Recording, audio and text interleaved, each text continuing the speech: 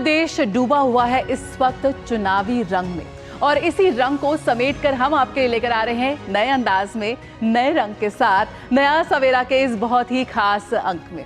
मैं हूं जया सिन्हा और अगले 1 घंटे में बात होगी चुनावी शोर की, बात होगी वादों की, बात होगी दावों की, जिसका शोर इस वक्त सुनाई दे रहा है। और अगले 1 घंटे में आपके साथ रहूंगी मैं और मेरी सहयोगी आंचल गुलाटी गुंबर। शुक्रिया जया। तो भरोसा सच का, डीडी न्यूज का भरोसा, आप तक विश्वसनीय खबरें पहुंचाने का भरोसा, निष्पक्ष होकर आपकी आवाज उठाने का ये भरोसा है, भ्रामक खबरों की भीड़ में आप तक सच की रोशनी लाने का। और ये जो अटूट रिश्ता है ना आपका हमारा, इसे लगातार हम निभाते आ रहे हैं हर चुनौती को पार पाते हुए। और इसी अटूट रिश्ते की इस कड़ी में अगले 1 घंटे में हम जानेंगे देश और दुनिया की बड़ी तमाम खबरें। बात होगी 24 की चुनौती से जुड़ी हुई, जहां पर अगर हम दूसरे चरण की बात करें तो आज प्रचार थम जाएगा और तीसरे चरण की तैयारियां हैं। तमाम जो बड़ी पार्टियां हैं ताबड़तोड़ रैलियां कर रही हैं अपने स्टार प्रचारकों के साथ। इस बड़ी खबर पर रहेगी हमारी नजर। बात होगी अंतर्राष्ट्रीय जगत, खेल जगत, व्यापार जगत और एंटरटेनमेंट वर्ल्ड की। जानेंगे जीवन के संघर्षों से जुड़ी कुछ खास कहानियां, लेकिन सबसे पहले रुख आज की सुर्खियों की तरफ। लोकसभा चुनाव के दूसरे चरण के लिए आज शाम थम जाएगा चुनाव प्रचार का शोर। शुक्रवार को 13 राज्यों की 88 सीट पर डाले जाएंगे वोट।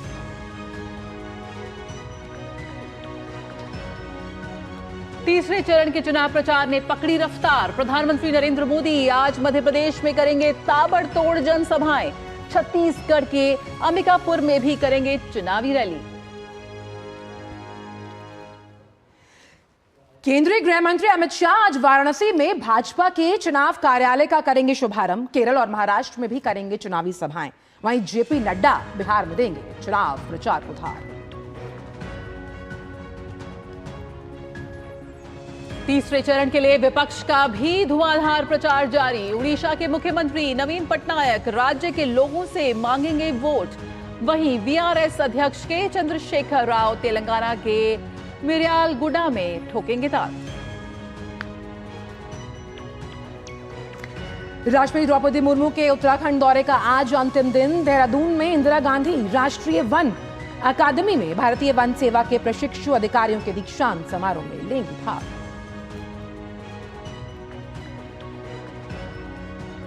सुप्रीम कोर्ट ने केजरीवाल की गिरफ्तारी पर ईडी से मांगा जवाब। शराब नीति घोटाले से जुड़े मनी लॉन्ड्रिंग मामले में केजरीवाल ने अपनी गिरफ्तारी को सुप्रीम कोर्ट में दी थी चुनौती। सुनवाई आज। देश भर में आज मनाया जा रहा है पंचायती राज दिवस। विज्ञान भवन में विशेष कार्यक्रम संस्थाओं के महत्व को स्वीकार करने और जमीनी स्तर पर लोकतंत्र को मजबूत बनाने के लिए समर्पित है ये दिन।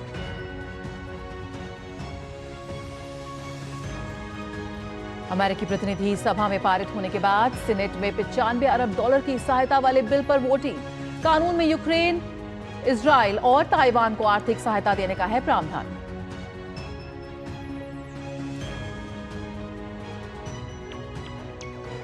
आईपीएल में आज होने वाले मैच में गुजरात टाइटंस का सामना दिल्ली कैपिटल्स के साथ। वहीं कल खेले गए मैच में लखनऊ सुपर जायंट्स ने चेन्नई सुपर किंग्स को हराया।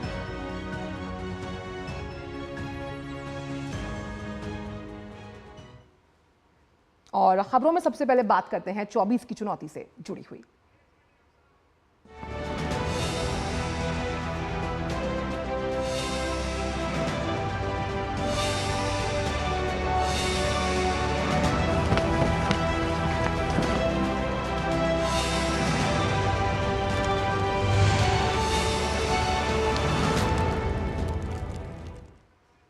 तो 24 की चुनौती में बात दूसरे चरण की। देश की 88 लोकसभा सीटों पर दूसरे चरण के तहत मतदान 26 अप्रैल को होगा। इससे पहले आज शाम 6 बजे चुनाव प्रचार थम जाएगा। लोकसभा चुनाव के दूसरे चरण में 13 राज्यों और केंद्र शासित प्रदेशों की 88 लोकसभा सीटों पर होना है मतदान। असम, बिहार, छत्तीसगढ़, कर्नाटक, केरल, मध्य प्रदेश, महाराष्ट्र, मणिपुर, राजस्थान, त्रिपुरा, उत्तर प्रदेश, पश्चिम बंगाल और जम्मू कश्मीर वे 13 राज्य होंगे जहां दूसरे चरण में वोटिंग होनी है।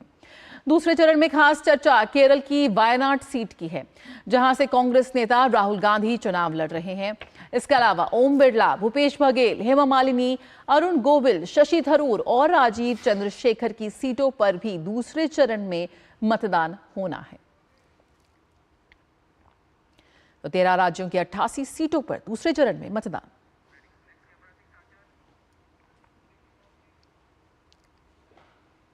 तो लोकसभा चुनाव के दूसरे चरण के लिए कई दिग्गज चुनावी मैदान में हैं, जिसमें भाजपा से लेकर कांग्रेस के बड़े दिग्गजों की किस्मत का फैसला होगा। और इन नामों को देखें तो मैसूर के महाराजा, तो ये तो बीजेपी के कैंडिडेट हैं, स्टार उम्मीदवार हैं ये भी। साथ ही साथ अगर बात की जाए तेजस्वी सूर्य अपने तेज से कितना लुभा पाएंगे जनता को, ये देखने वाली बात होगी। अध्यक्ष हैं बेंगलुरु दक्षिण कर्नाटका की अगर बात की जाए। वहीं शोभा जो है वो बीजेपी बेंगलुरु उत्तर कर्नाटक से केंद्रीय राज्य मंत्री कितनी शोभा बढ़ा पाएंगी अपनी उम्मीदवारी को लेकर, ये देखना होगा। साथ ही बीजेपी के एक और कैंडिडेट त्रिशूर केरल से मलयालम अभिनेता हैं सुरेश गोपी, जनता के बीच काफी लोकप्रिय। वहीं अनिल के एंटनी कांग्रेस नेता ए के एंटनी के बेटे हैं और ये भी चुनावी ताल ठोकते हुए नजर आ रहे हैं। साथ ही ये तमाम वो चार उम्मीदवार हैं। वी मुरलीधरन केंद्रीय राज्य मंत्री हैं, अटिंगल केरल से चुनावी ताल ठोकते हुए यहां दिखाई दे रहे हैं। वहीं बात की जाए राजीव चंद्रशेखर, बीजेपी के स्टार उम्मीदवार, तिरुवनंतपुरम केरल से केंद्रीय मंत्री हैं, हम जानते हैं आईटी पॉलिसीज को लेकर काफी सुर्खियों में रहते हैं। के सुरेंद्रन प्रदेश अध्यक्ष भाजपा केरल, वायनाड केरल की वो हॉट सीट जिस पर सबकी निगाहें रहेंगी इस दूसरे चरण में। विष्णुदत्त शर्मा प्रदेश अध्यक्ष भाजपा मध्य प्रदेश, खजुराहो से मध्य प्रदेश में चुनावी ताल ठोकते हुए नजर आ रहे हैं। नवनीत कौर राणा अपने फायर ब्रांड जो बयान है उनके लिए जाने जाती हैं, अमरावती महाराष्ट्र में आज इनके लिए पक्ष में माहौल बनाते हुए नजर आएंगे केंद्रीय गृह मंत्री अमित शाह। वहीं बीजेपी की अगर बात की जाए, जोधपुर राजस्थान से केंद्रीय मंत्री गजेंद्र सिंह शेखावत चुनावी ताल ठोकते हुए। इन सबकी जो दावेदारी है वो कितनी खरी उतरेगी ईवीएम पर, यह देखना होगा। कैलाश चौधरी केंद्रीय राज्य मंत्री बाड़मेर राजस्थान से चुनावी ताल ठोकते हुए। वहीं ओम बिरला तीसरी बार क्या हैट्रिक लगा पाएंगे कोटा बूंदी राजस्थान से, बीजेपी के स्टार उम्मीदवार। वहीं अगर बात की जाए दुष्यंत सिंह सांसद, बीजेपी झालावाड़ 12 राजस्थान, इस बार राजस्थान में हमने देखा कि कई ऐसे जो केंद्रीय मंत्री हैं उन्हें चुनावी मैदान में उतारा गया है। चंद्र प्रकाश जोशी प्रदेश अध्यक्ष भाजपा राजस्थान, बीजेपी चित्तौड़गढ़ से चुनावी ताल ठोकते हुए यहां नजर आ रहे हैं। वहीं और अरुण गोविल अभिनेता हैं, बीजेपी मेरठ उत्तर प्रदेश से वो खड़े हैं। इस बार अभिनय में तो उन्होंने झंडे गाड़े ही हैं, क्या चुनावी मैदान में भी वो ये दमखम दिखा पाएंगे, ये देखना होगा। हेमा मालिनी सांसद, मशहूर अभिनेत्री, बीजेपी मथुरा से खड़ी हैं और इस बार भी क्या जीत पाएंगी, ये देखना होगा। डॉक्टर महेश वर्मा पूर्व केंद्रीय मंत्री, गौतम बुद्ध नगर से वो खड़े हैं और हर बार की तरह उनकी उम्मीद होगी इस बार भी वो जीतें। सुकांत मजूमदार प्रदेश अध्यक्ष भाजपा पश्चिम बंगाल, सुकांत को हमने देखा था कि किस तरह से पश्चिम बंगाल में सीधा सीधा लोहा लेते हुए नजर आए थे वो तृणमूल कांग्रेस से। तो ये लिस्ट है स्टार उम्मीदवार की, जहां पर बीजेपी ने अपना दाव इन पर खेला है कि वो ईवीएम में क्या उन तमाम उम्मीदों पर खरे उतर पाते हैं या नहीं। कांग्रेस की बात कर लेते हैं। सबसे पहला नाम राहुल गांधी का, पूर्व अध्यक्ष कांग्रेस, वायनाड केरल से एक बार फिर अपनी उम्मीदवारी करते हुए। और तारिक अनवर कांग्रेस से पूर्व केंद्रीय मंत्री, कटिहार बिहार से अपनी चुनावी ताल ठोक रहे हैं। बात करें राजनांदगांव छत्तीसगढ़ से तो भूपेश बघेल पूर्व मुख्यमंत्री, ये भी हैं चुनावी मैदान में। देखते हैं क्या इनका फैसला करेगी जनता इस बार। बेंगलुरु ग्रामीण कर्नाटक से मौजूदा सांसद डीके सुरेश अपनी उम्मीदवारी पेश कर रहे हैं। वहीं बात करें हम अलपुजा केरल से तो केसी वेणुगोपाल महासचिव हैं कांग्रेस के और ये वहां से अपना चुनावी दाव खेल रहे हैं। बात करें शशि थरूर की, पूर्व केंद्रीय मंत्री, उनकी पसंदीदा सीट तिरुवनंतपुरम केरल से एक बार फिर चुनावी मैदान में है। और वैभव गहलोत राजस्थान के पूर्व मुख्यमंत्री अशोक गहलोत के सुपुत्र हैं, जालोर राजस्थान से यहां पर कांग्रेस के टिकट पर अपनी किस्मत आजमा रहे हैं। पूर्व विधानसभा अध्यक्ष राजस्थान सीपी जोशी भीलवाड़ा राजस्थान से अपनी उम्मीदवारी पेश करेंगे। तो वहीं राहुल गांधी वायनाड केरल जो है वो एकदम हॉट सीट बनी हुई है, लगातार सुर्खियों में है, जहां से कांग्रेस के पूर्व अध्यक्ष राहुल गांधी चुनावी मैदान में हैं। तो ये है वो स्टार प्रचारक जिन पर सभी की नजर है। और पप्पू यादव पूर्णिया बिहार से निर्दलीय के रूप में ये तो कह भी चुके हैं ना सबसे ज्यादा कि हम अब दुनिया छोड़ देंगे लेकिन पूर्णिया नहीं छोड़ेंगे। बिल्कुल।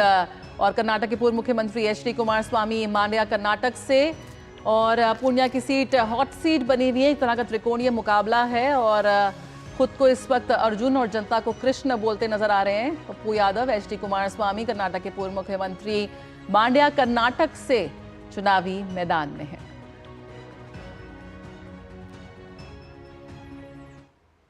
और बिहार के पूर्णिया से राजेश राज और केरल के तिरुवनंतपुरम से हमारे साथ निशांत राय जुड़ रहे हैं। तमाम हमारे रिपोर्टर्स लगातार ग्राउंड जीरो पर मौजूद हैं।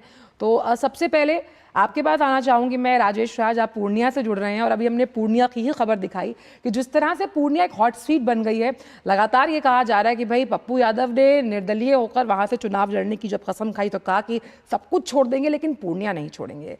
पूर्णिया में किस तरह का चुनावी माहौल आप वहां पर देख रहे हैं और खास तौर पर बिहार की जनता के मूड को अगर आंके तो किस तरफ जाता हुआ? देखिए, पूर्णिया जो है, आपने बिल्कुल सही कहा कि राज्य की सबसे हाई प्रोफाइल सीट बन गई है, हॉट सीट बन गई है। और यहाँ पर पप्पू यादव चुनाव मैदान में निर्दलीय प्रत्याशी के रूप में डटे हुए हैं, जबकि बीमा भारती राष्ट्रीय जनता दल की प्रत्याशी हैं। संतोष कुशवाहा जनता दल यूनाइटेड से 2 बार सांसद रह चुके हैं, 2014 और 19 में, तीसरी बार किस्मत आजमा रहे हैं। बीमा भारती के लिए तेजस्वी यादव 3 दिनों से पूर्णिया में कैंप कर रहे हैं। आज भी वो रात पूर्णिया में थे, अभी सुबह वो निकलेंगे और रुपौली में जाकर जनसभा करेंगे। कल उनका रोड शो भी यहाँ पर था। कल संतोष कुशवाहा के लिए मुख्यमंत्री नीतीश कुमार ने बिहार के दोनों डिप्टी सीएम और चिराग पासवान, इन 4 लोगों ने संतोष कुशवाहा के लिए एड़ी चोटी का जोर लगाया। तो तेजस्वी यादव लगातार मुकेश सहनी के साथ विभिन्न सभाओं में जाकर एड़ी चोटी का जोर लगा रहे हैं। मुकाबला दिलचस्प है। पप्पू यादव अकेले चुनाव मैदान में डटे हुए हैं। लंबा काफिला, मोटरसाइकिल का काफिला, गाड़ियों का काफिला लेकर गांव-गांव जाकर वो घूम रहे हैं, जनता से जनादेश मांग रहे हैं। 1991 में पप्पू यादव निर्दलीय प्रत्याशी के रूप में यहां से चुनकर संसद पहुंचे थे और तकरीबन 5 लाख से भी ज्यादा वोट उनको यहां पर प्राप्त हुए थे। उसके बाद भी वो निर्दलीय प्रत्याशी के रूप में चुने गए थे और कुल 4 बार उन्होंने पूर्णिया का प्रतिनिधित्व किया था। मधेपुरा से भी वो चुनकर आए।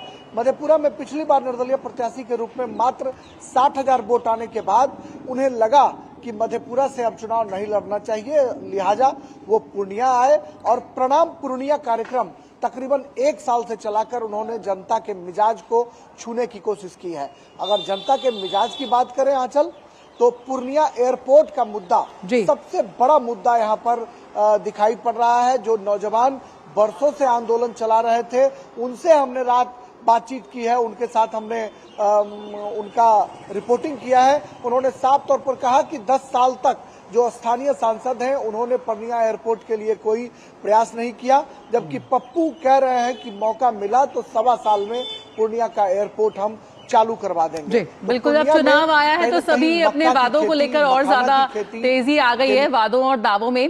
राजेश, आपके पास आएंगे, आप बने रहिए हमारे साथ। निशांत राय हमारे साथ जुड़े हुए हैं तिरुवनंतपुरम से और हमारे साथ मौजूद हैं। निशांत, आपसे जानना चाहेंगे इस वक्त किस तरह का चुनावी समीकरण हम वहां देख रहे हैं?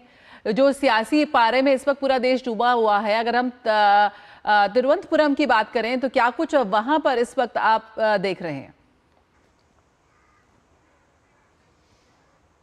देखिए, तिरुवनंतपुरम इस समय केरला की सबसे ज़्यादा हॉट सीट नज़र आ रही है, क्योंकि यहाँ पर एक तरफ शशि थरूर हैं तो दूसरी तरफ के चंद्रशेखर हैं। के चंद्रशेखर मोदी गवर्नमेंट में मंत्री हैं और शशि थरूर जो थे वो कांग्रेस सरकार में केंद्र में मंत्री थे। यानी कि 2 बड़े दिग्गजों की लड़ाई तिरुवनंतपुरम में देखने को मिल रही है। कुछ इसी तरीके से पूरे केरला में फिलहाल हाई वोल्टेज पॉलिटिकल सिचुएशन नज़र आ रही है, क्योंकि इस बार जो मुकाबला यहाँ LDF और UDF के बीच होता था, वो मुकाबला बीजेपी ने मजबूती से आकर त्रिकोणीय बना दिया और कई सारी सीटों पर जो दिग्गज हैं वो परेशान नजर आ रहे हैं केरल में कि किस तरीके से स्थिति को संभाला जाए।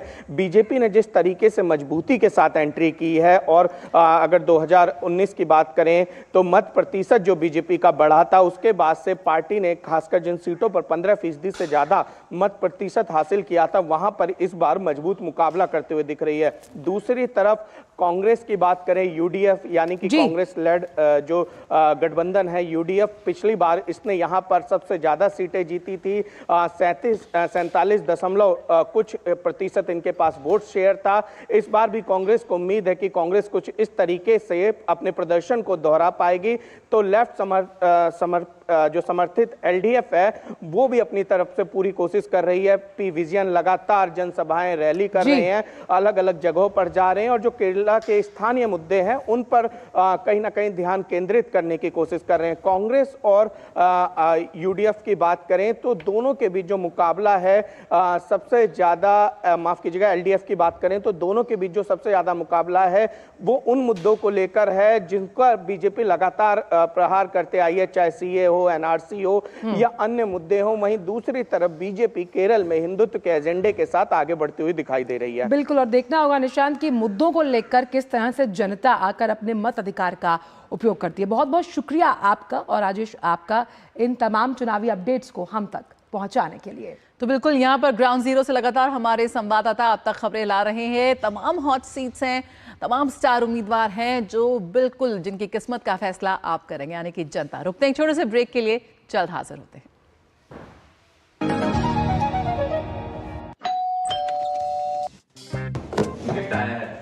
अरे वाह, लेजेंड की बैट, इससे तो मैं खेलूंगा। Future batting legend bat. इसमें जिसका नाम लिखा है बैट उसी को मिलेगी।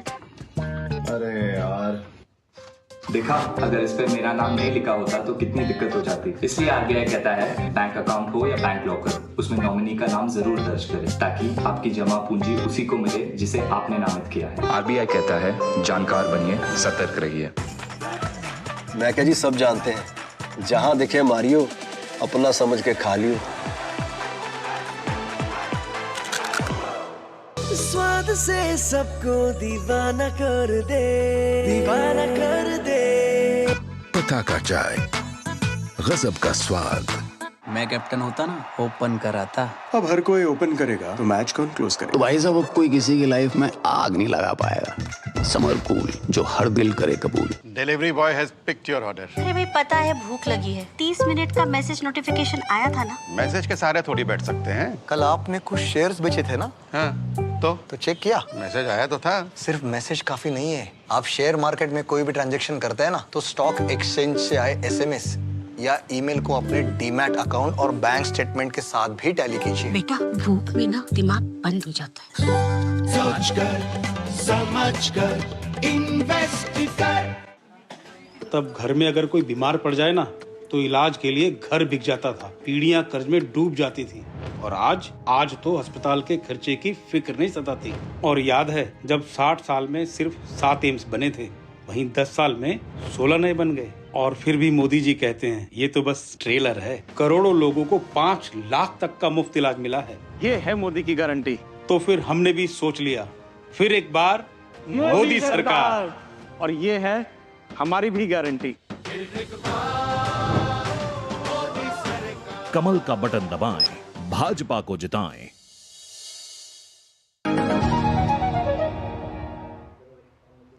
ब्रेक सभी का स्वागत है हमारे खास शो नया सवेरा में।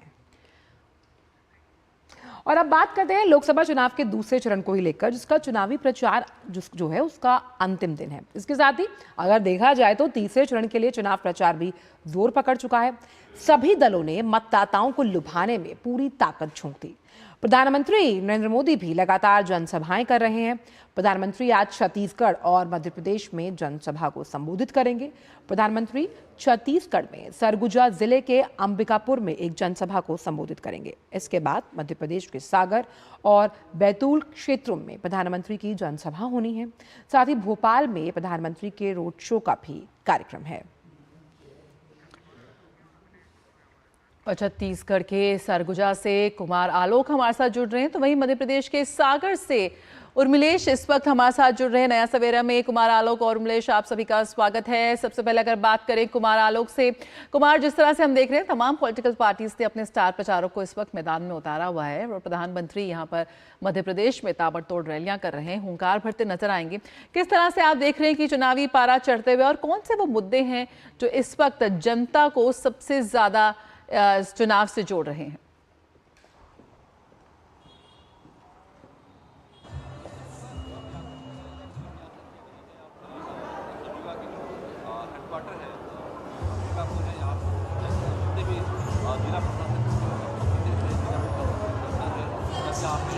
आपके पास वापस आएंगे कुमार, लेकिन हमारे साथ मध्य प्रदेश के सागर से जुड़ रहे हैं हमारे संवाददाता उर्मिलेश। उर्मिलेश, अगर मध्य प्रदेश की बात की जाए, क्या कहता है वहाँ का सियासी गठजोड़? किन पार्टियों के बीच आप कांटे की टक्कर देख रहे हैं और प्रमुख मुद्दे क्या हैं अगर बात की जाए 24 की चुनौती की? तो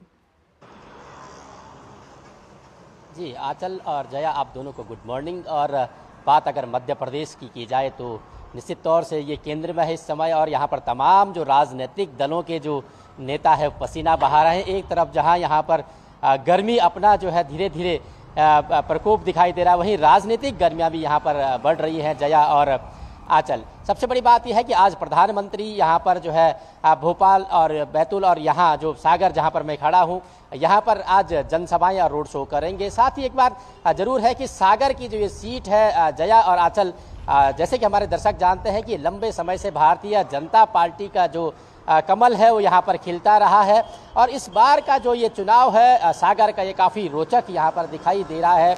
तमाम मुद्दे यहाँ पर हैं जया और आंचल। साथ ही तमाम जो राजनीतिक दलों के जो वादे हैं वो भी जनता से किए जा रहे हैं, विकास के हों या शिक्षा के हों या रोजगार के हों, तमाम ऐसे वादे भी जो है राजनेता अपने वादे जनता से कर रहे हैं। यहाँ पर अगर बात की जाए तो यहाँ पर जो भारतीय जनता पार्टी के जो प्रत्याशी हैं लता बानखेड़े, उनको भारतीय जनता पार्टी ने यहाँ पर उम्मीदवार के तौर पर खड़ा किया है, और उनके पक्ष में आज प्रधानमंत्री नरेंद्र मोदी यहाँ पर जो है जनसभा करेंगे। तो वहीं दूसरी तरफ बात की जाए तो कांग्रेस की तरफ से यहाँ पर चंद्रभूषण बुंदेला, गुड्डू राजा जो है चुनावी मैदान में है, उन पर कांग्रेस ने विश्वास किया है। ऐसे में देखा जाए तो पूरे सागर के जो मुद्दे हैं, राजनीतिक जो दल हैं, वो तमाम यहाँ पर जो मुद्दे उठा रहे हैं। अगर बात भारतीय जनता पार्टी की जाए तो यहाँ पर भारतीय जनता पार्टी के जो उम्मीदवार हैं वो महिलाओं के विकास को लेकर के, और यहाँ पर जो सागर जो लोकसभा सीट है, यहाँ पर पर्यटन की असीम संभावनाओं को देखते हुए ये पर्यटक स्थल के रूप में जो है विकसित करने की बात की जा रही है। तो वहीं दूसरी तरफ जो है कांग्रेस की तरफ से यहाँ पर शिक्षा, रोजगार जैसे कई अन्य मुद्दों को उठाया जा रहा है। साथ ही यहाँ पर बहुजन समाज पार्टी के भी जो है उम्मीदवार चुनावी मैदान में है, लेकिन अगर राजनीतिक जो पंडित हैं उनका मानना है कि मुख्य मुकाबला यहाँ पर जो है कांग्रेस और भाजपा की बात है। लेकिन ये देखा जाए पीछे लंबे समय से जया और आंचल यहाँ पर भारतीय जनता पार्टी का इस सीट पे कब्जा रहा है, और इस कब्जे को देखते हुए कहीं ना कहीं भारतीय जनता पार्टी जहां इस सीट को लेकर के अपनी सुरक्षित सीट मानती है, वही कांग्रेस के सामने ये चुनौती है कि क्या इस बार इस किले को कांग्रेस भेद पाएगी या नहीं। बिल्कुल, तो इस बार किस तरह से जनता जो है वो फैसला करेगी, वो देखने वाली बात होगी।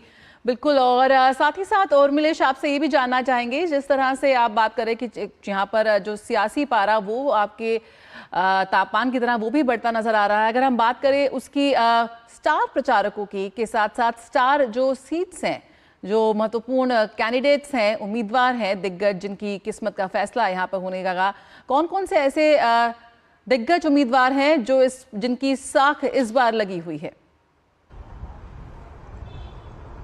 जी बिल्कुल, देखिए कांग्रेस और भाजपा दोनों तरफ से जो है कई ऐसे कद्दावर नेता हैं जिनकी इस समय जो है इस चुनाव मैदान में जो है साख पर लगी हुई है। और दूसरी तरफ एक बात, सबसे बड़ी बात यह है जया और आंचल, क्योंकि पिछली बार मध्य प्रदेश से अधिकांश सीटें जो है भारतीय जनता पार्टी के खाते में गई थी, और कांग्रेस को मात्र एक ही सीट पे जो है संतुष्ट करना पड़ा था। तो क्या इस बार जो है इस बार का जो चुनाव है तब यहाँ पर, क्योंकि जैसे मुख्यमंत्री शिवराज सिंह जो पूर्व मुख्यमंत्री हैं वो यहाँ पर चुनावी मैदान में है, तो उसके अलावा जो है कई और दिग्गज यहाँ पर जो है मध्य प्रदेश के चुनावी मैदान में भारतीय जनता पार्टी की तरफ से, जबकि कांग्रेस की तरफ से भी ऐसे कई कद्दावर नेता हैं जिनकी साख जो है इस समय चुनावी मैदान में लगी हुई है। तो ऐसे में देखना होगा, क्योंकि जनता जनार्दन जो है पिछली बार जिस तरीके से तमाम जो अपना बहुमत दिया था वो भारतीय जनता पार्टी के पक्ष में दिया था। 28 सीटें यहाँ पर जो है भारतीय जनता पार्टी के पक्ष में गई थी और कांग्रेस के पक्ष में केवल एक सीट गई थी। ऐसे में देखना होगा, क्योंकि जहां एक तरफ जो है कांग्रेस के स्टार प्रचारक जो है चुनाव मैदान में उतरे हुए प्रचार करने के लिए, तो वहीं दूसरी तरफ देखा जाए तो भारतीय जनता पार्टी की तरफ से प्रधानमंत्री यहाँ पर जो स्टार प्रचारक के रूप में प्रचार कर रहे हैं। तो ऐसे में देखना होगा कि इस बार जो मध्य प्रदेश की जनता है उसका जनादेश किसके पक्ष में होता है, ये तो देखने वाली बात होगी। आने वाला जब मतगणना उसके बाद पता चलेगा। लेकिन फिलहाल यहाँ पर जो है जो राजनीतिक सरगर्मियां हैं वो काफी तेज हो चुकी हैं जया और आंचल। बिल्कुल, चलिए तो लगता है कि क्या एक बार फिर यहाँ पे क्लीन स्वीप होगा या फिर कांग्रेस की जो कोशिशें हैं वो यहाँ पर रंग लाती नजर आएंगी। बहुत बहुत शुक्रिया उर्मिलेश फिलहाल इस जानकारी के साथ जुड़ने के लिए।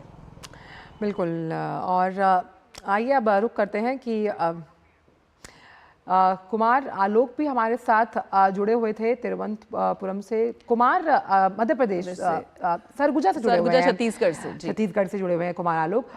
कुमार, अगर बात की जाए छत्तीसगढ़ की, हम जानते हैं कि अति संवेदनशील इलाका है जब भी हम बात करते हैं तमाम जो चुनाव हैं उन्हें लेकर, और ऐसे में चुनाव आयोग की हमेशा से कोशिश रही है निष्पक्ष और स्वतंत्र चुनाव कराने की। आप सरगुजा में मौजूद हैं जहां प्रधानमंत्री की भी आज चुनावी सभा होनी है। किस तरह की तैयारी और उत्साह कितना ज्यादा है अगर हम पूरे छत्तीसगढ़ की बात करें वोटिंग को लेकर? देखिए, जैसा कि आपने पिछला विधानसभा चुनाव देखा था जहां पर तमाम कयास लगाए जा रहे थे, इवन एग्जिट पोल जो बताया जा रहा था उसमें यह बताया जा रहा था कि कांग्रेस की सरकार फिर से रिपीट हो रही है, लेकिन किस तरीके से यहाँ के मतदाताओं ने एक ज़बरदस्त जनमत दिया भारतीय जनता पार्टी को, तो निश्चित रूप से यहाँ के मतदाताओं में उत्साह है। और सरगुजा जो इसे कहा जाता है कि छत्तीसगढ़ का शिमला कहा जाता है, यानी कि यहाँ का टेम्परेचर बहुत ही मनोनुकूल रहता है, यानी कि छत्तीसगढ़ में जो बाकी के इलाकों में जो गर्मी रहती है यहाँ वो स्थिति नहीं है। दूसरी चीज़ है कि पर्यटन के क्षेत्र के लिए भी ये मशहूर ये क्षेत्र है, और यहाँ पर जो गोंड जनजाति है, गोंड जनजाति का बोलबाला रहा है, और यहाँ के जो राजा महाराजा रहे, जो उनकी रियासत रही है सरगुजा की, गोंड बहुल्य रहा है। और यही कारण है कि यहाँ पर उन गोंड जो जाति के लोग हैं राजनीति में भी उनकी भागीदारी बहुत सशक्त रही है। और अगर 2004 से अब तक की हम बात करें, 2024 आ रहा है, 2024 का चुनाव संपन्न होने जा रहा है, तो यहाँ पर भारतीय जनता पार्टी का प्रदर्शन शानदार रहा है। इसके अलावा कांग्रेस के जो टीपी सिंह देव हैं, जो भूपेश बघेल के साथ डिप्टी सीएम थे, उनका भी अधिकार क्षेत्र रहा है। तो कुल मिलाकर कहा जा सकता है कि यहाँ पर लड़ाई रोचक है, कांग्रेस और भारतीय जनता पार्टी के बीच सीधा मुकाबला है। अगर हम बगल के जिलों की बात करें, आज अगर प्रधानमंत्री यहाँ पर रैली को संबोधित कर रहे हैं तो उसमें दो जिलों के लोग भी, दो जिलों के मतदाता भी यहाँ पर आएंगे, बड़ी संख्या में आएंगे और प्रधानमंत्री को सुनेंगे। अगर हम कोरबा की बात करें तो कोरबा में वहाँ पर सरोज पांडे जो बीजेपी की तर्रार नेत्री हैं वो चुनाव लड़ रही हैं, लेकिन उनके खिलाफ जो चुनाव लड़ रही हैं वो चरणदास महंत जो कांग्रेस के बड़े नेता रहे हैं, उनकी पत्नी वहाँ से चुनाव लड़ रही है और वो वर्तमान में यहाँ से सांसद भी हैं। इसके अलावा रायगढ़ संसदीय क्षेत्र है, वो भी प्रभावित करता है। तो 3 जिलों के लोग यानी 3 जिलों के मतदाता आज यहाँ पर इकट्ठे होंगे और प्रधानमंत्री 10:45 पर यहाँ पर पहुँचेंगे और उम्मीद की जा रही है कि 1 लाख से भी अधिक लोग उनको सुनने के लिए यहाँ पर पहुँचेंगे। बिल्कुल, तो यहाँ पर 3 सीटों पर एक साथ निशाना साधते हुए प्रधानमंत्री नरेंद्र मोदी, सरगुजा सीट पर भी काफी रोमांचक मुकाबला है। बहुत बहुत शुक्रिया कुमार आलोक फिलहाल इस जानकारी के साथ जुड़ने के लिए। तो यहाँ पर तमाम पॉलिटिकल पार्टीज के स्टार प्रचारक इस वक्त मैदान में हैं और सब अपने अपने जो उम्मीदवार हैं उनके लिए यहाँ पर वोट की अपील करते नजर आ रहे हैं, लेकिन असली फैसला तो जनता का ही है। बिल्कुल, क्योंकि जनता जनार्दन का जो फैसला है वो मताधिकार से ही वो दिखाएंगे कि एक वोट की ताकत कितनी अहम है। वक्त फिलहाल एक छोटे से ब्रेक का, आप देखते रहिए डीडी न्यूज पर हमारा खास शो नया सवेरा। लाखों की संख्या में श्रद्धालु पहुंचे अयोध्या। बरसों की प्रतीक्षा के बाद हमारे अयोध्या का गौरव लौटा है। नहीं तो पहले टेंट, टूटे घाट, गंदगी, कोई फैसिलिटी नहीं। और अब काशी देखो, केदारनाथ देखो, उज्जैन देखो, सोमनाथ देखो, सब भव्य दिव्य। और मोदी जी कहते हैं ये तो बस ट्रेलर है, आस्था का परचम लहराता रहे। ये है मोदी की गारंटी, इसलिए हमारा पहला वोट मोदी को। ये है हमारी भी गारंटी। कमल का बटन दबाएं, भाजपा को जिताएं।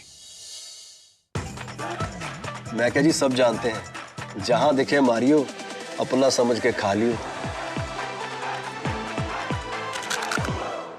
स्वाद से सबको दीवाना कर दे, दीवाना कर दे। पता का चाय, गजब का स्वाद। शुक्ला बता रहा था आपके बाबूजी ने जायदाद का कुछ हिस्सा नौकर के नाम कर दिया। अब नौकर हर काम अपना घर समझ के करेगा। समरकूल, जो हर दिल करे कबूल। Delivery boy has picked your order. अरे भाई, पता है भूख लगी है। 30 मिनट का मैसेज नोटिफिकेशन आया था ना। मैसेज के सारे थोड़ी बैठ सकते हैं। कल आपने कुछ शेयर्स बेचे थे ना? हाँ, तो चेक किया? मैसेज आया तो था। सिर्फ मैसेज काफी नहीं है। आप शेयर मार्केट में कोई भी ट्रांजैक्शन करते हैं ना, तो स्टॉक एक्सचेंज से आए SMS या ईमेल को अपने डीमैट अकाउंट और बैंक स्टेटमेंट के साथ भी टैली कीजिए। बेटा भूख में ना दिमाग बंद हो जाता है। सोच कर समझ कर इन्वेस्ट कर। बहाना नंबर 11, नींद पूरी करने का डे। बहाना नंबर 28, ट्रिप पर जाने का day. 39, binge watch all seasons. 65, घर की सफाई का डे। एक वोट ना डालने से क्या होगा? और सबसे बड़ा बहाना, isn't it a holiday today? Holiday? 101 बहाने हैं वोट ना डालने के, पर इस चुनाव के पर्व में एक ही रीजन काफी है वोट डालने का। वो है हमारी रिस्पॉन्सिबिलिटी, देश और हमारे फ्यूचर के लिए।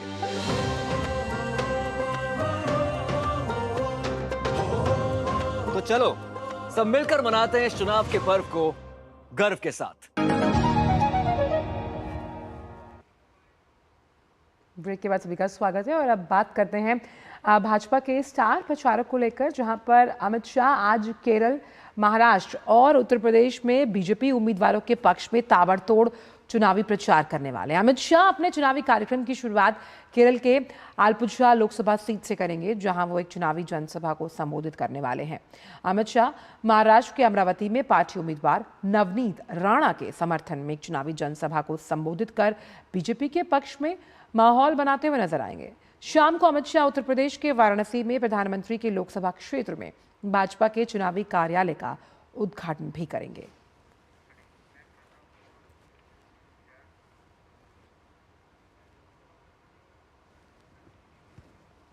और भारतीय जनता पार्टी के राष्ट्रीय अध्यक्ष जेपी नड्डा आज बिहार के खगड़िया जिले में गोगरी जमालपुर में एक जनसभा को संबोधित करेंगे। बिहार की खगड़िया लोकसभा सीट पर तीसरे चरण में चुनाव होना है। इसके मद्देनजर जेपी नड्डा भारी मतों से एनडीए को जीत दिलाने की अपील करेंगे।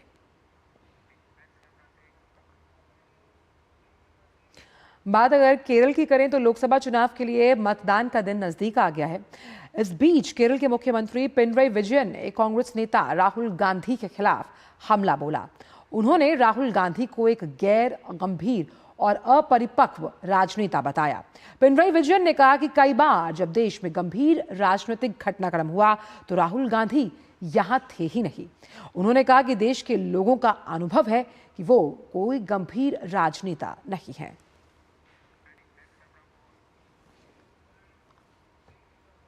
बीजेडी अध्यक्ष और उड़ीसा के मुख्यमंत्री नवीन पटनायक आज उड़ीसा के हिंजली विधानसभा क्षेत्र में चुनावी जनसभा को संबोधित करेंगे।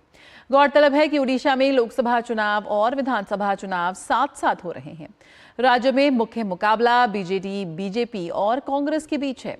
वहीं तेलंगाना में वीआरएस के अध्यक्ष और पूर्व मुख्यमंत्री के चंद्रशेखर राव राज्य के मिर्यालगुड़ा में आज एक चुनावी जनसभा करेंगे और मतदाताओं से अपने दल के पक्ष में मतदान करने की अपील करेंगे। और आइए अब चुनावों से इतर कुछ खबरों का रुख कर लेते हैं। राष्ट्रपति द्रौपदी मुर्मू के उत्तराखंड दौरे का आज अंतिम दिन है। राष्ट्रपति आज देहरादून में भारतीय वन सेवा के प्रशिक्षु अधिकारियों के दीक्षांत समारोह में शामिल होंगी। इससे पहले कल राष्ट्रपति एम्स ऋषिकेश के चौथे दीक्षांत समारोह में शामिल हुई थी। चुनाव के दौरान ईवीएम के जरिए डाले गए वोटों के साथ वीवीपैट पर्चियों का 100% मिलान करने का निर्देश देने की मांग वाली याचिकाओं पर सुप्रीम कोर्ट आज सुनवाई करेगा। सुप्रीम कोर्ट इस दौरान कुछ दिशा निर्देश भी जारी कर सकता है। इससे पहले 18 अप्रैल को सुनवाई पूरी होने के बाद कोर्ट ने फैसला सुरक्षित रखा था। सुनवाई के दौरान कोर्ट ने कहा था कि अगर 100% वीवीपैट का मिलान ईवीएम से कराया जाता है तो ये बैलेट पेपर से चुनाव कराने जैसा ही हो जाएगा।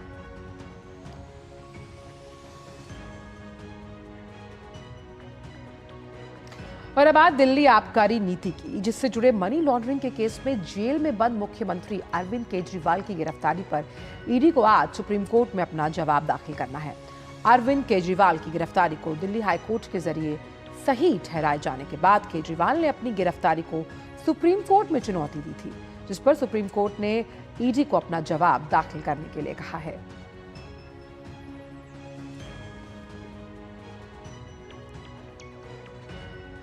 तो 2008 में मुंबई में हुए आतंकी हमले को लेकर विदेश मंत्री एस जयशंकर ने तत्कालीन यूपीए सरकार पर गंभीर आरोप लगाए हैं। हैदराबाद में आयोजित foreign policy to India way from dependence to confidence विषय पर आयोजित सत्र को संबोधित करते हुए विदेश मंत्री ने दावा किया कि जब 2008 में मुंबई में आतंकी हमला हुआ और इसमें साफ तौर पर पाकिस्तान की संलिप्तता पाई गई, इसके बाद भी उस समय की सरकार ने उसके खिलाफ कुछ नहीं करने का फैसला लिया था।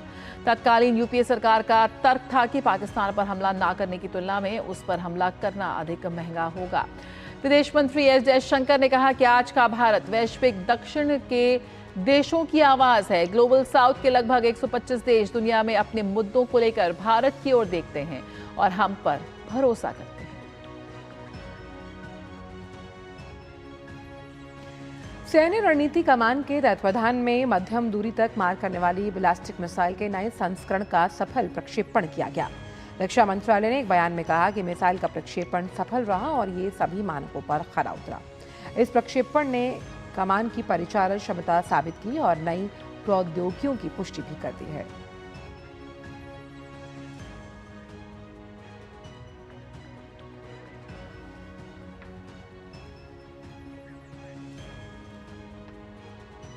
नया सवेरा में वक्त है एक छोटे से ब्रेक का, लेकिन खबरों का सिलसिला जारी रहेगा। आप बने रहिए हमारे साथ।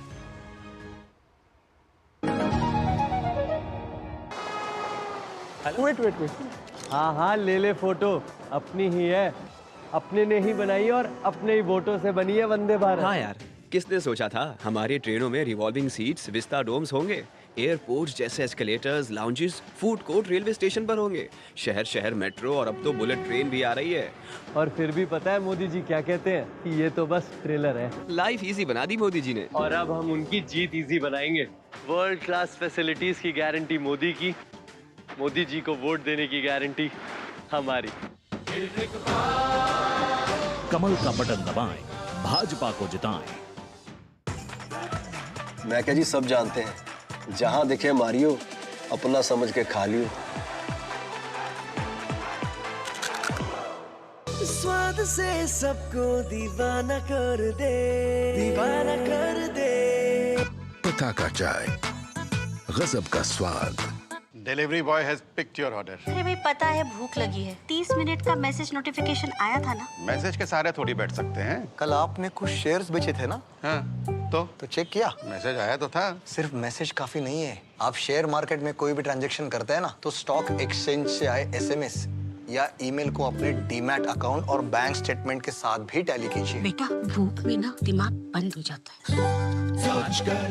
समझ कर इन्वेस्ट कर। तेरी होने वाली मदर इन लॉ कुछ ज्यादा ही ट्रेडिशनल है। ट्रेडिशनल लोग ज्यादा इमोशनल होते हैं। तो भाई साहब, अब कोई किसी की लाइफ में आग नहीं लगा पाएगा। समर कूल, जो हर दिल करे कबूल। ब्रेक के बाद स्वागत है और आप देख रहे हैं नया सवेरा। बिल्कुल, और आइए अब रुक करते हैं हमारे खास सेगमेंट अखबारों की सुर्खियों का।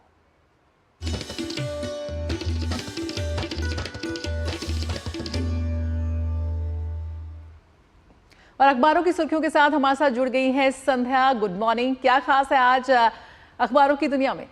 गुड मॉर्निंग जया और आंचल। अखबारों की सुर्खियों की शुरुआत करते हैं सुप्रीम कोर्ट में कल भ्रामक विज्ञापन को लेकर के हुई सुनवाई से जुड़ी खबर के साथ, जिसे आज सभी प्रमुख अखबारों ने हेडलाइन के साथ प्रकाशित किया है। दरअसल सुप्रीम कोर्ट में कल जब सुनवाई हुई तो आचार्य बालकृष्ण और रामदेव बाबा दोनों पेश हुए और उनसे सुप्रीम कोर्ट की तरफ से ये कहा गया कि जितना बड़ा ये भ्रम फैलाया गया, क्या उतनी बड़ी माफ़ी मांगी गई। वहीं दूसरी तरफ ये भी कहा गया कि आईएमए से भी सुप्रीम कोर्ट ने कहा कि जब डॉक्टर्स महंगी दवाएँ लिखते हैं, यानी कि याचिकाकर्ता आईएमए है, और याचिकाकर्ता से भी सुप्रीम कोर्ट ने ये कहा कि जब आप किसी की तरफ एक उंगली उठाते हैं तो बाकी उंगली आपकी तरफ होती है, तो कई सारी अनियमितताएं आपकी तरफ से भी है, तो उसे भी दुरुस्त करने की ज़रूरत है। साथ ही साथ केंद्र सरकार को सुप्रीम कोर्ट ने ये कहा कि इस सुनवाई का जो दायरा है उसको व्यापक किया जाए, और व्यापक करते हुए एफएमसीजी के गुमराह करने वाले विज्ञापन के मामले में केंद्र सरकार से जवाब मांगा है।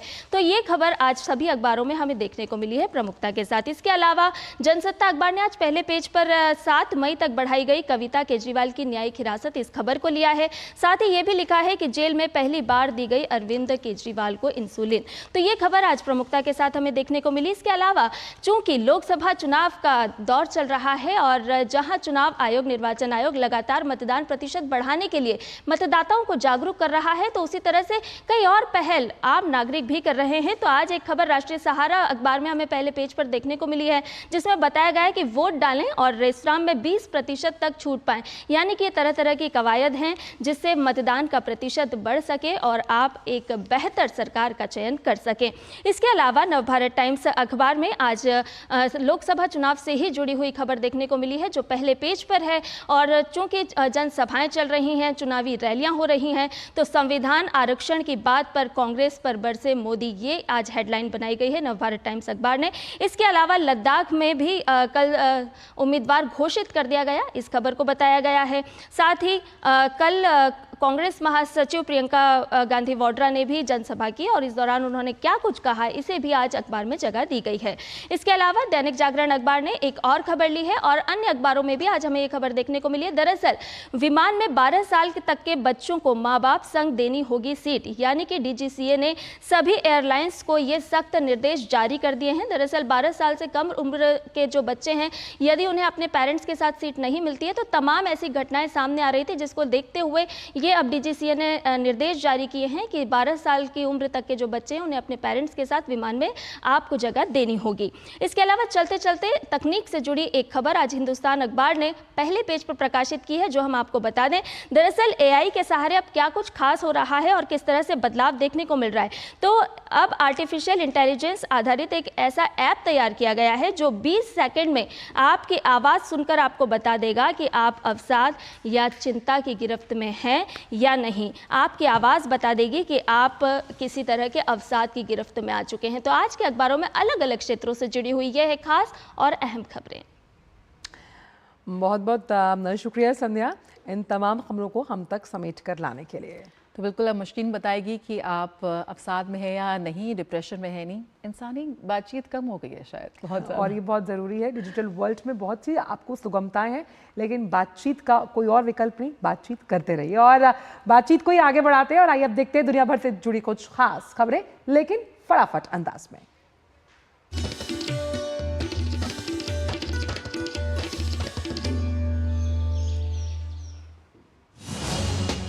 अमेरिकी संसद में यूक्रेन, इजराइल और ताइवान के लिए आर्थिक मदद वाली विधेयक का रास्ता साफ हो गया है। इन देशों के लिए अरबों डॉलर की विदेशी सहायता वाली विधेयक को अमेरिकी सीनेट में अंतिम मतदान के लिए मंगलवार को आगे भेजा गया।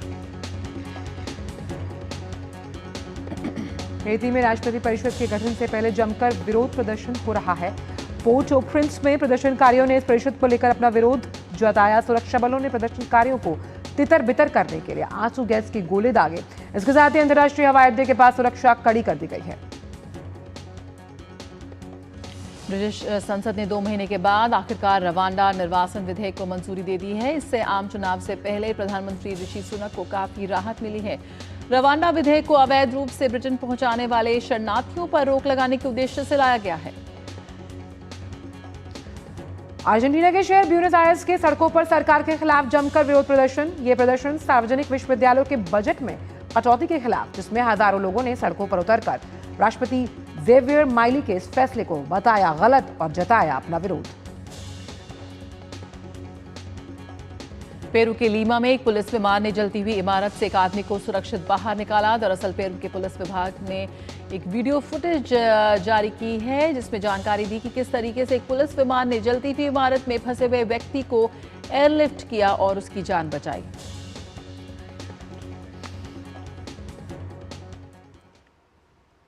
और जानते हैं अब आर्थिक जगत की सुर्खियां एक बार फिर से फटाफट अंदाज में।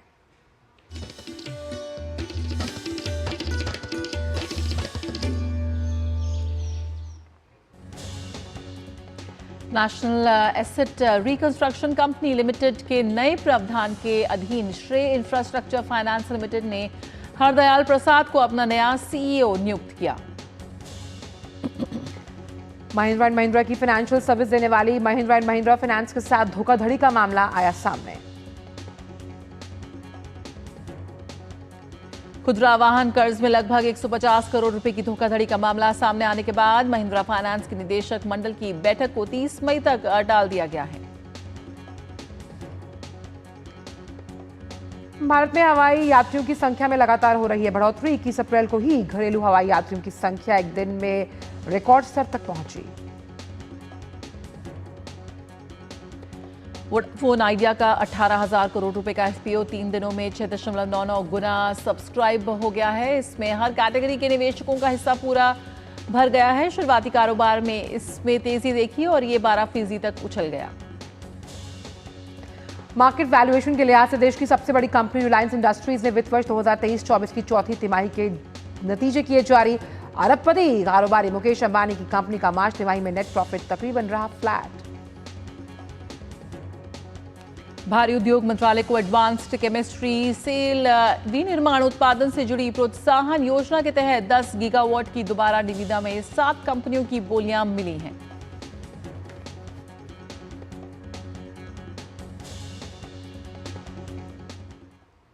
और आइए अब देखते हैं खबरें खेल जगत से स्पोर्ट्स ट्रैक में।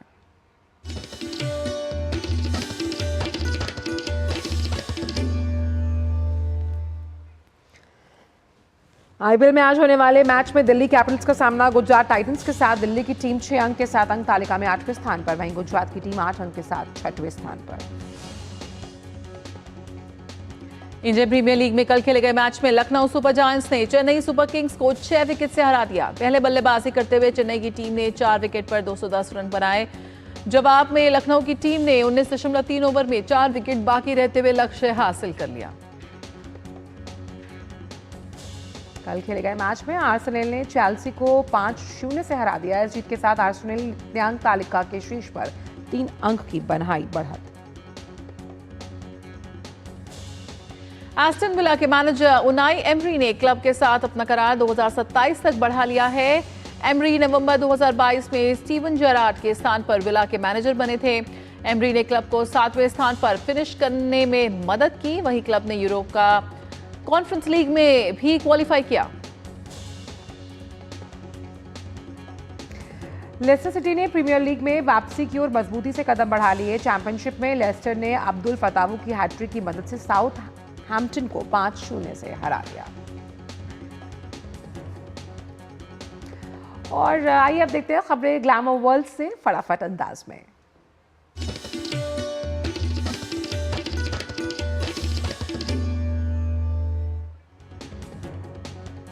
विधु विनोद चोपड़ा के निर्देशन में बनी फिल्म 12वीं फेल ने एक और रिकॉर्ड अपने नाम किया। फिल्म ने टूलूज फिल्म फेस्टिवल 2024 में सर्वश्रेष्ठ फिल्म का पुरस्कार जीता।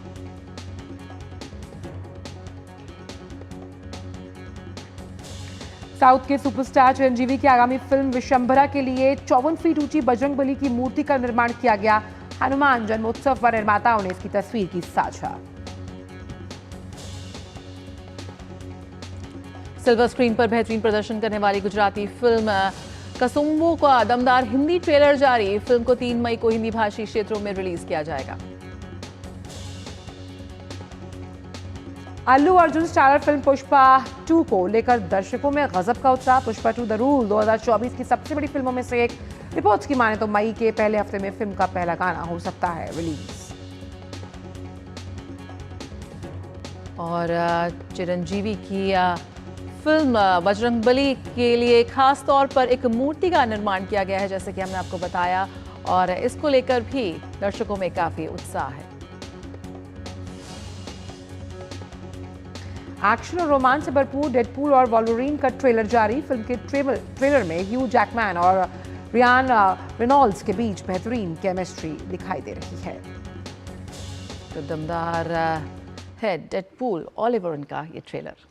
बिल्कुल, और दमदार रहनी चाहिए आपकी सेहत भी, इसीलिए रुक करते हैं हमारे खास सेगमेंट और बात करते हैं आपकी सेहत से जुड़ी हुई।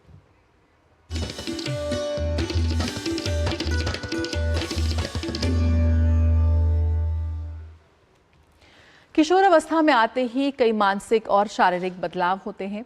इस अवस्था में किशोरियों को कुछ समस्याएं भी हो सकती हैं। किशोर अवस्था में सही देखभाल ना हो तो उनका स्वास्थ्य प्रभावित हो सकता है। किशोरियों को किन बातों का ध्यान रखना जरूरी है जिससे उनका स्वास्थ्य ठीक रहे, आइए जानते हैं किरण भारद्वाज की इस खास रिपोर्ट के जरिए।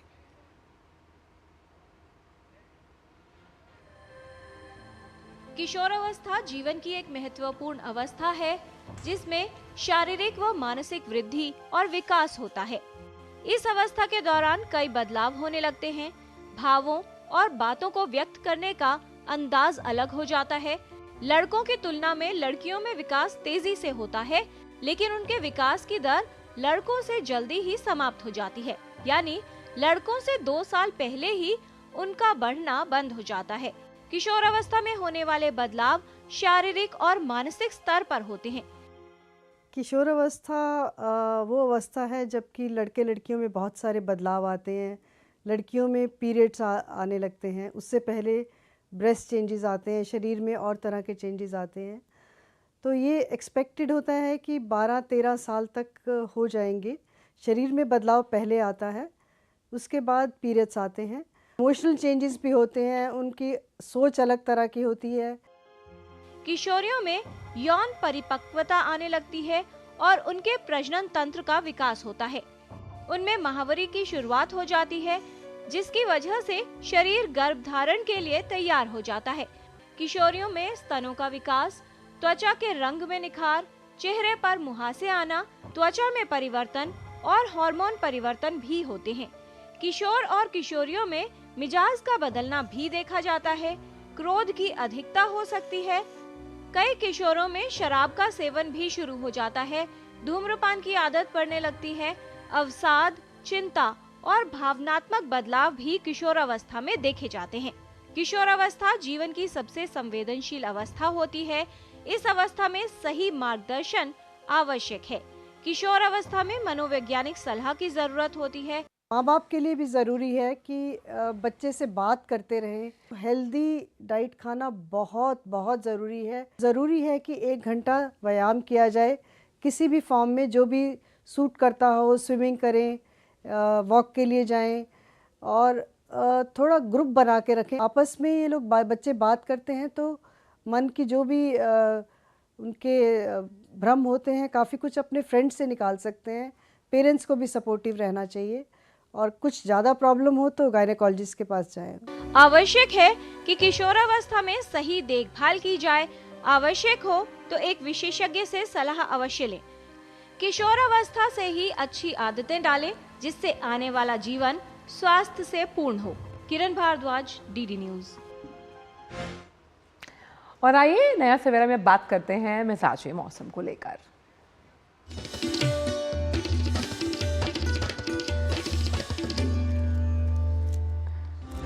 मिजाजी मौसम में बता दें कि असम और मेघालय में अलग अलग स्थानों पर गरज के साथ बिजली चमकने और तेज हवाएं चलने की संभावना है। विदर्भ, छत्तीसगढ़, नागालैंड, मणिपुर, मध्य प्रदेश में अलग अलग स्थानों पर बिजली चमकने और तेज हवाओं अभी चलने की संभावना है। महाराष्ट्र, मराठवाड़ा, तेलंगाना, आंतरिक कर्नाटक, उड़ीसा, अरुणाचल प्रदेश, केरल और माहे, लक्षद्वीप में अलग अलग स्थानों पर बिजली गिरने की संभावना। तो वहीं अरुणाचल प्रदेश में अलग अलग स्थानों पर भारी वर्षा होने की संभावना है। असम, मेघालय, त्रिपुरा, कोंकण, गोवा में गर्म और मौसम आर्द्र रहने की संभावना है।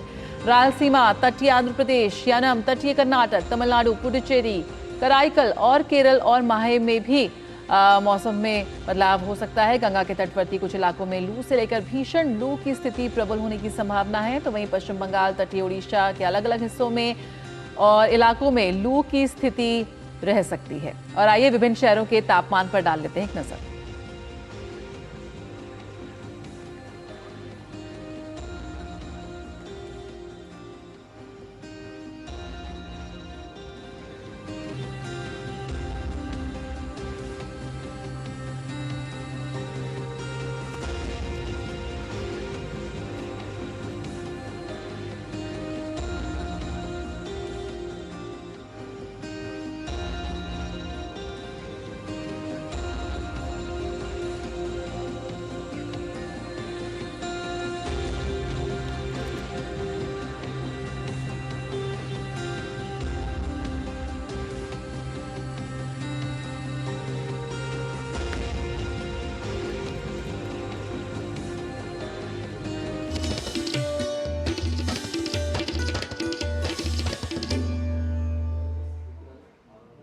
और नया सवेरा के इस अंक में बस आज इतना ही, लेकिन खबरों का सिलसिला जारी रहेगा डीडी न्यूज पर। लेकिन जाने से पहले आइए आपको ले चलते हैं तमिलनाडु। बिल्कुल, वहाँ के रामनाथ स्वामी मंदिर की खूबसूरत झलकियों के साथ, जो 12 ज्योतिर्लिंग मंदिरों में से एक है। आप इन तस्वीरों का लीजिए आनंद चाय की चुस्कियों के साथ और हमें दीजिए इजाजत, क्योंकि कल फिर आपसे करनी है मुलाकात नया सवेरा के इस खास शो में। तब तक के लिए हमारी पूरी टीम को दीजिए इजाजत। मुस्कुराते रहिए, सशक्त रहिए। नमस्कार।